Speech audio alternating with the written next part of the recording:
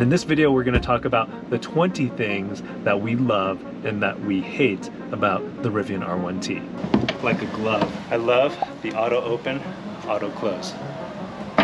So far, I may still be in the honeymoon period with this car, but I absolutely love it. It's the most enjoyable, the most fun I've ever had in an electric vehicle, and that includes my Tesla. But it hasn't been all rainbows and unicorns. There are things to love about this car, but there are certainly things that needs improvement. Jimmy Chang here with Andrew, and we are in our first ever electric truck, the Rivian R1T. It's a brand new company making this brand new truck. It's their first ever attempt at an electric truck, and let me tell you, it is amazing.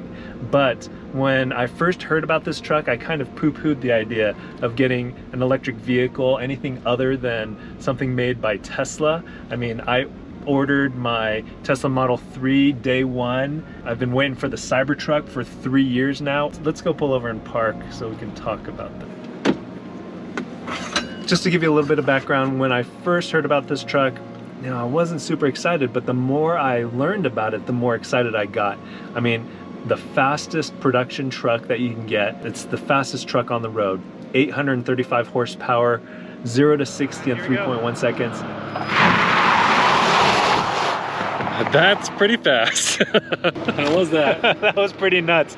I felt my head go back, my cheek was going back. That was insane how fast you just took off there. This thing with its 4 motors, it's faster than my Tesla Model 3. And it weighs twice as much as my Model 3, but it's so nimble and handles so well. After I learned about all the great things about this truck, the luxurious interior, all the cool storage compartments, what this company is doing to try to make an adventure vehicle that's useful and fun. I mean, I just fell in love with the Rivian, and so I put down my deposit and I decided I would get whichever came first, this Rivian R1T or the Cybertruck. And obviously, you can see the answer right here.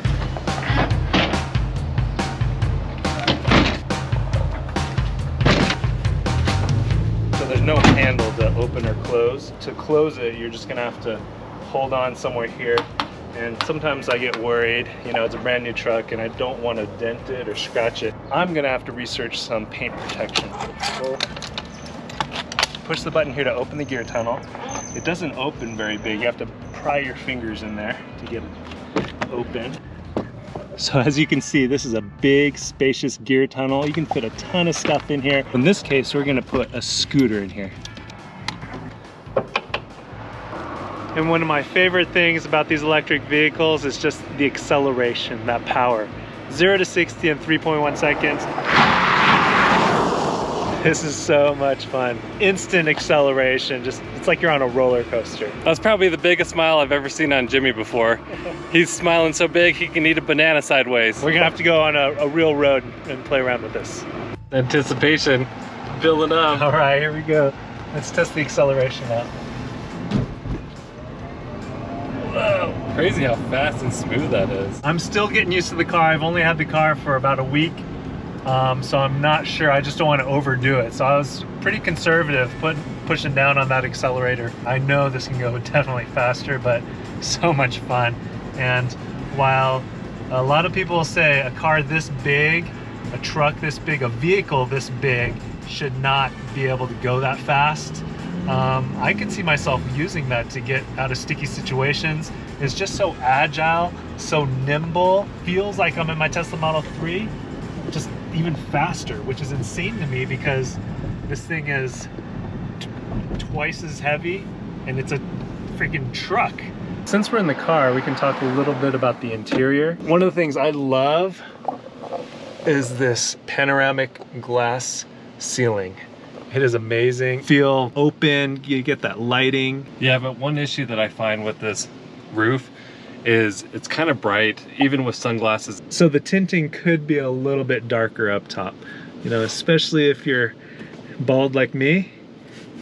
You need that protection from those UV rays. I love the nice fine wood finish. You can feel that the grain is very, it really pops. It feels really nice. I love the way it looks, but I do worry about particles of a microfiber cloth getting stuck in the grain. it doesn't have that lacquer or varnish on top of it to give it that shine and that kind of piano finish. You can feel that nice texture of the wood. I feel like it gives you a better connection to the wood. I love in these electric vehicles, there's all these cameras around to help navigate, to help you park, to help you manage through tight spaces. One of the cool features that I love about the camera on this truck, I really love that bird's eye view. I find that very helpful. The thing that I don't like about the cameras though is you get this fisheye effect, which also blurs the edges. The other thing that I don't like about these cameras is when driving, I can only toggle between looking forward, the forward camera, or the rear camera. And there are times I would think that I would want to toggle to some of the other cameras, especially the truck bed camera, just to see what's going on back there, especially if I have gear back there and I want to make sure that it's secured properly. The tailgate is nice because it's load bearing, so when it comes down it gives you about 3 extra feet of storage space, but if you're driving with that down, that camera is not working. Your camera is completely hidden. It would be nice if the truck were smart enough to switch to that camera right there, the bed camera, which also gives you a pretty good view of where you're backing up. Alexa, what's the weather for today? Currently, in Aurora, it's 82 degrees Fahrenheit with clear skies and sun. Thank you. My pleasure. Just doing my job. So I really do love that the voice command is very familiar because we have Alexa at home, and the problem with the Alexa though is it's glitchy and it's not super fine-tuned. It's also my part. I need to be trained and figure out what the exact voice commands are. Here's another thing. When using the navigation, I love that the map fully uses this entire screen, and it's very easy to use. It's very interactive. There's very little lag. What I don't like about that screen though, here, let's try this. Alexa, call Rivian. Calling Rivian. Now you can see there, it's all the way on the other side. We look forward to connecting with you. The next available Rivian Service Support Advisor will be with you shortly. I really like their customer support. It's really fast. Thanks for calling Rivian Service Support. This is Martin speaking. How can I help you? That has got to be like the fastest phone call to a human person via customer service that I've ever experienced. Here you just get a person right away. The thing that I don't like about it though is oftentimes they don't have a solution for you, and they say, well, we'll put in a ticket and an engineer or a technician will reach out to you. And so I understand there's only so much they can do over the phone, but I do love the fact that you get a human so quickly. I really love the sounds that this car has.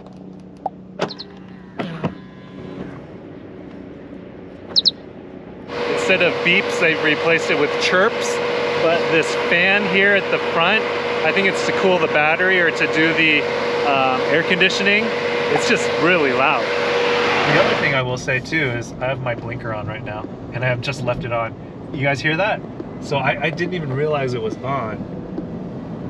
It's this dripping noise that's very gentle, and especially if you have the music on or if you have the fan on high for your climate control, it's you just can't hear it. And so and here's the phone. Oh, and here's another one. Look at the phone here.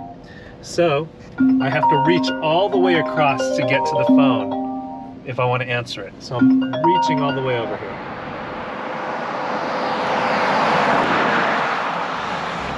So there's a lot of different ways to lock and unlock this car. You've got this key fob, and the key fob is really nice. It's this carabiner style. It looks really cool. My gripe with this though, this is one of the cheaper feeling key fobs that I've owned, and that includes Toyota, Honda, Subaru, Tesla.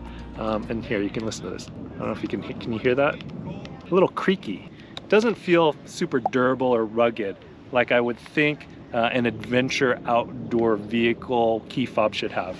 But the other ways to get in, you have these key cards, which are just like, you know, hotel keys.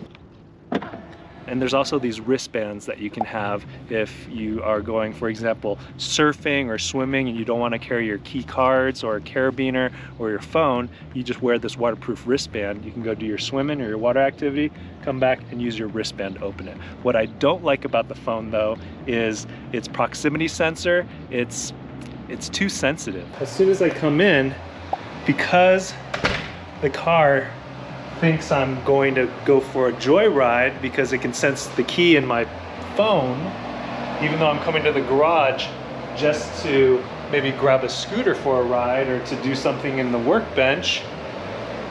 The lights are on, the handles have popped out, side mirrors have popped out, fans revving. The proximity key, that's going to need a little bit of work. We have some goodies here in the truck bed.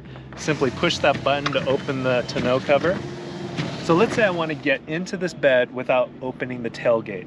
Now, normally in a truck, I would step onto a bumper. There's no big bumper to step onto. There's no step. So what you got to do is you can use this, which is really nice. I love this. Bears up to 250 pounds. You can use it as a seat. I could see myself using this the next time I go skiing or snowboarding, sitting down here, putting on my snowboard boots. And then you can use this as a step to get into the truck bed. I love that step. I don't like the fact that there's no bumper to use as a step to get into this truck bed. While we're down here, let's open this up. Let me show you this, what we have back here. So we have all this storage space, and here, this is cool. So in here, we have two 120 volt outlets to plug in and to charge whatever you need to charge. And then on this side, let's move this scooter out of the way. You've got an actual air compressor so that you can pump up your tires for when you're off-roading or when you finish off-roading. You can also pump up things like your scooter tires, your electric unicycle tires, your one-wheel tires. These locks here are pretty neat. We've got these two different latches, and then you've got this cable. So I'm gonna run it through here.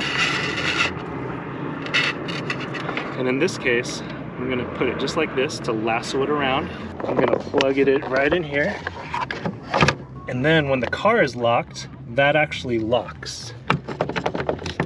If the car senses any motion or movement with that latch, it'll set off the alarm, and it'll turn on these cameras here to video the perpetrator. I love it. I wish I had more of these little latches so I can tie down all these different accessories like the electric unicycle and the scooter. The other thing that I love about this truck is the overall look, the aesthetics, the lines, the curves, the lights. They're unique. I know they're polarizing. Some people don't like them. I actually really like them. But the thing that I don't like about this truck is something that plagued Tesla when they first started, and that's the body panel gaps. And if you look closely, there are some body panel gaps that just aren't symmetric. Okay, the other thing I love about this car is all the different modes, especially when you go into, say, sport mode, which lowers it, makes it more efficient, lowers your center of gravity for fast, aggressive driving, and then you can raise it from 8 inches height clearance to up to 15 inches of clearance in off-road mode.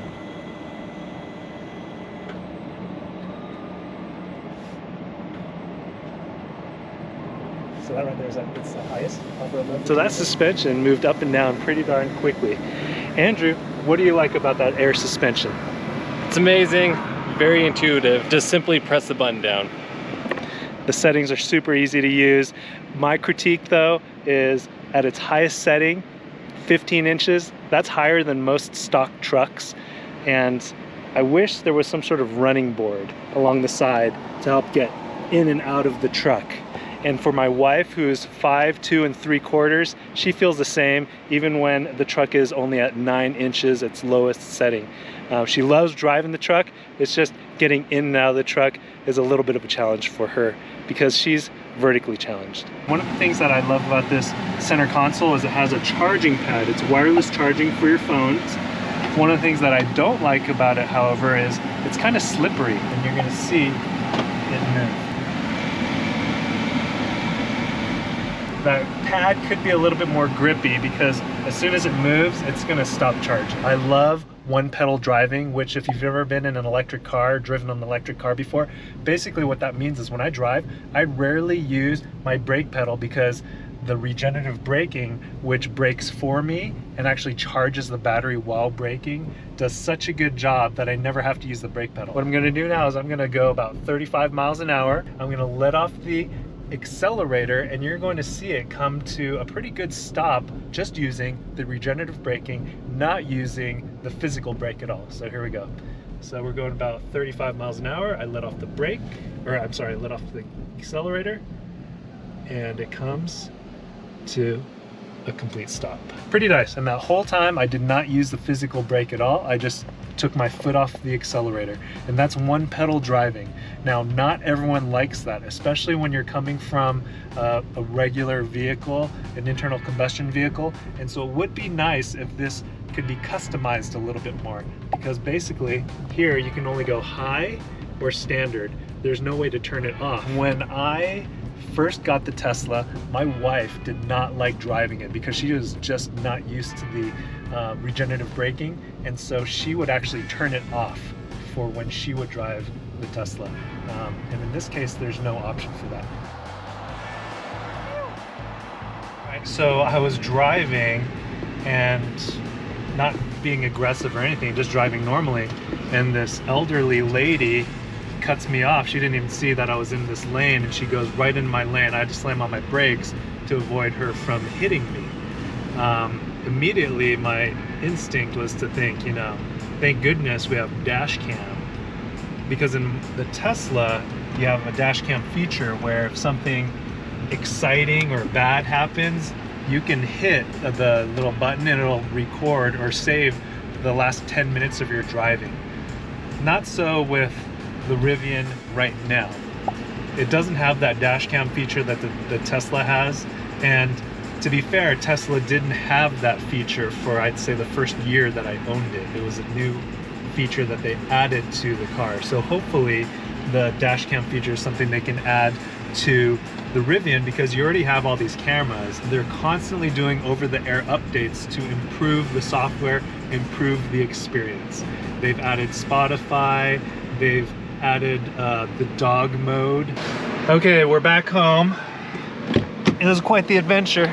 All right, one of the things that I don't like about the cover and the tailgate, the buttons are only seen on this side. It's only on the... Hey, I'm filming here. I'm filming here, Mr. Milo. I love this powered cover. I love that it's sturdy. I can keep my stuff protected in there. This is metal, this is solid. I'm not gonna stand on it, but this is protecting the stuff that I have inside. The thing that I don't like about this is, now when you push on it to open, it doesn't open up all the way. So when I first got it, this used to go completely in flush with this wall. And now it sticks out a little bit. The sounds that this cover makes doesn't instill a lot of confidence. And I feel like if this truck has an Achilles heel, it's gonna be this. And I have my money on that being the first thing to break down in this truck. But I am comforted in the fact that Rivian has a great warranty and they're really good with their customer service. One of my favorite things about this vehicle is all the storage. It's pretty incredible. You've got this area in between the passenger and driver's seat for storage. Very spacious. You can put a big bag there. But one of the things this is missing is a glove compartment. So there is no glove compartment for some reason. A ton of storage, but it's lacking a glove compartment.